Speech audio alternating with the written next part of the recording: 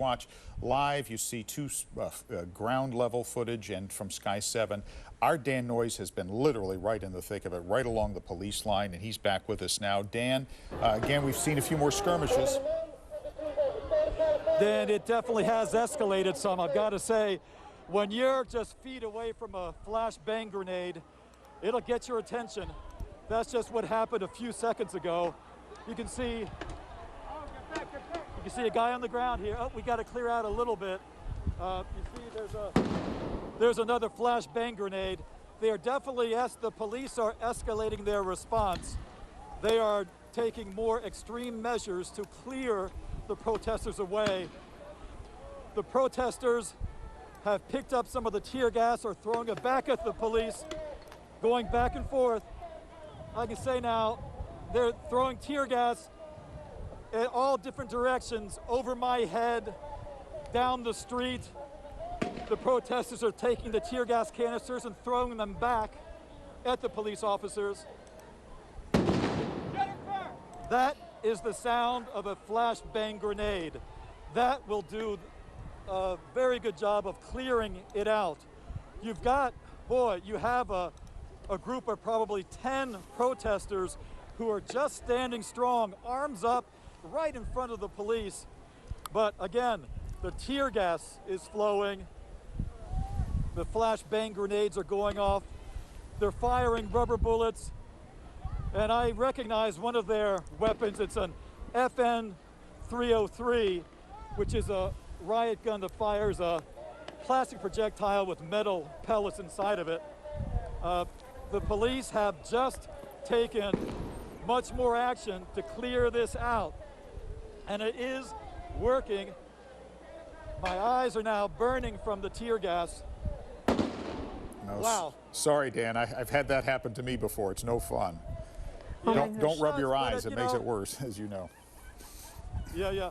But it's interesting because they aren't just going out at the protesters right in front of them. They are firing off to the side over our heads as well. They are now moving forward, as you can see, I assume from Sky 7. We're now moving past Santa Clara Street and 5th Street. The protesters are on the run. They are backing up. The police are doing a good job of clearing it out. The tear gas has done the job. The flashbang grenades have done the job. And those projectiles have done the job. Dan, is it your sense that they might be moving with a little more urgency to try to get people to disperse before nightfall? That's a good call, I would think. Yes, I mean, but it does look, I mean, the sun is well up. I mean, we've got, at least another hour and a half before the sun sets. So we have a while to go here. And I tell you, this is not doing a lot to calm down the crowd. The crowd is still adamant about being here. They're just moving.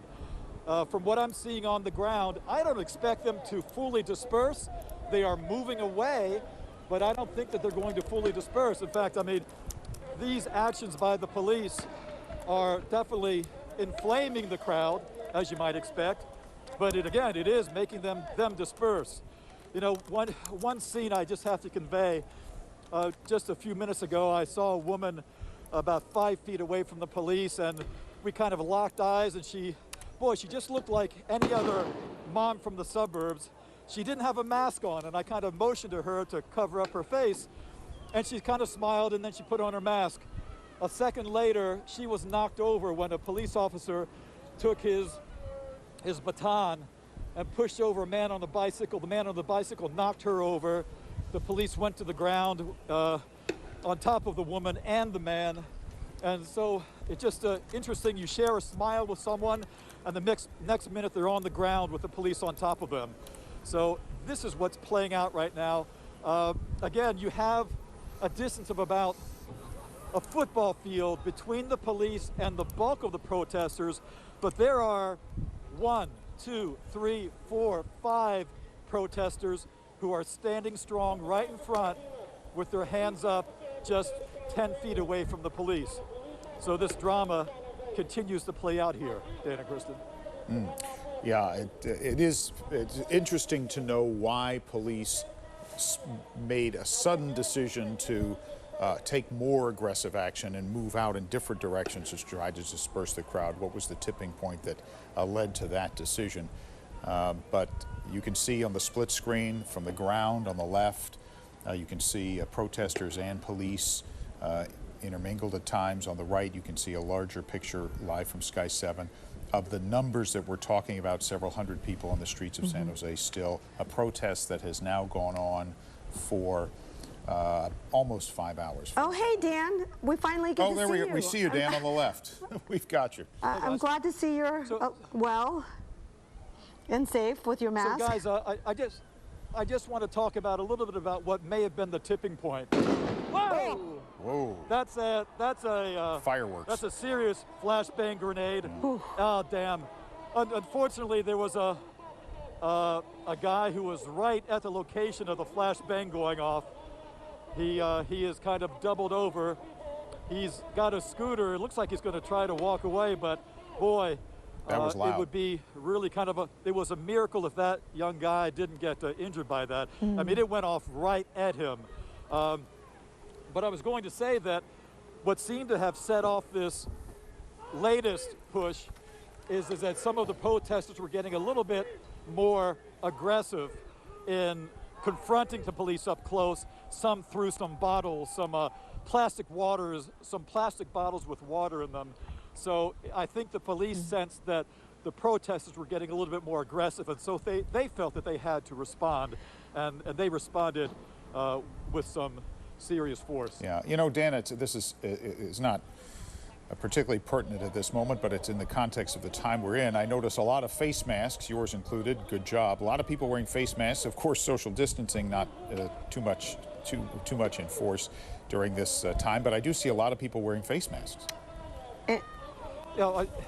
Absolutely, and you know, and I'm doing my best to stay away from people as much as possible. Dan, I don't know if you can see this now, but there are protesters who are taking newspaper stands. Yes, I was seeing a car. It's like a barricade. Oh, the police are firing on them right now. Yes. The police are firing. They're firing the projectiles. Now, these are not live rounds, but they're firing those projectiles at the people who have taken a car. And it looks like it's whoa! It looks like it's a car that they have outfitted before. There is a protest sign on the back of it. But the protesters parked that car there, and they brought some newspaper stands to try to make a blockade. This is just before 4th Street on Santa Clara Street. There's some protesters who are ducking behind that car. Boy, the driver's getting out.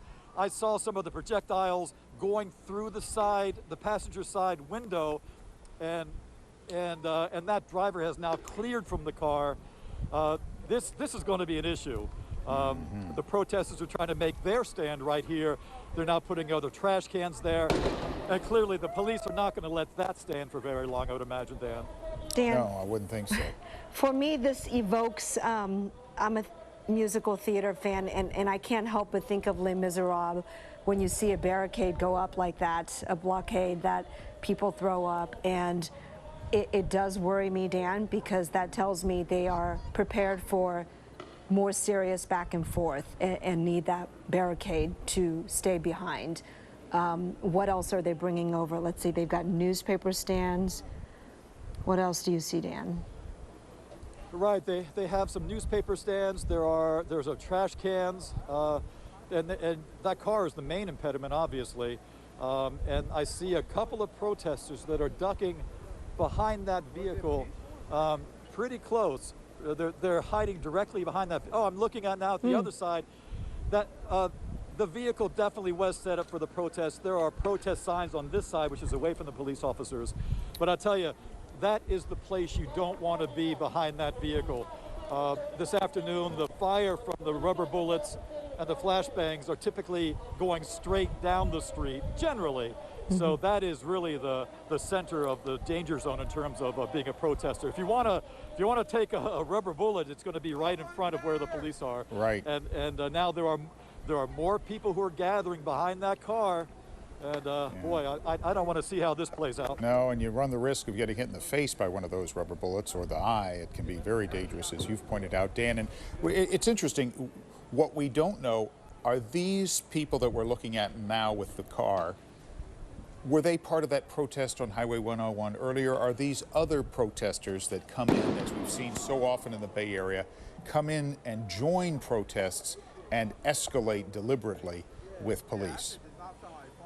Well, it seems to me, Dan, that these people were prepared. Now, I don't know whether they were out there on 101 earlier, but that car was definitely part of the protest. They prepared to be part of the protest. And I'm trying to get a little close to see what's written on the vehicle, but I'm not gonna chance it. I'm not gonna get that close. No, don't. But they definitely were prepared. And boy, there are people just standing up right in the line of fire of those, projectiles. And I just, boy, I just don't get it. And I got to say, Dan, that you make a good point again about watching out for your eyesight, for your eyes, and some of those projectiles were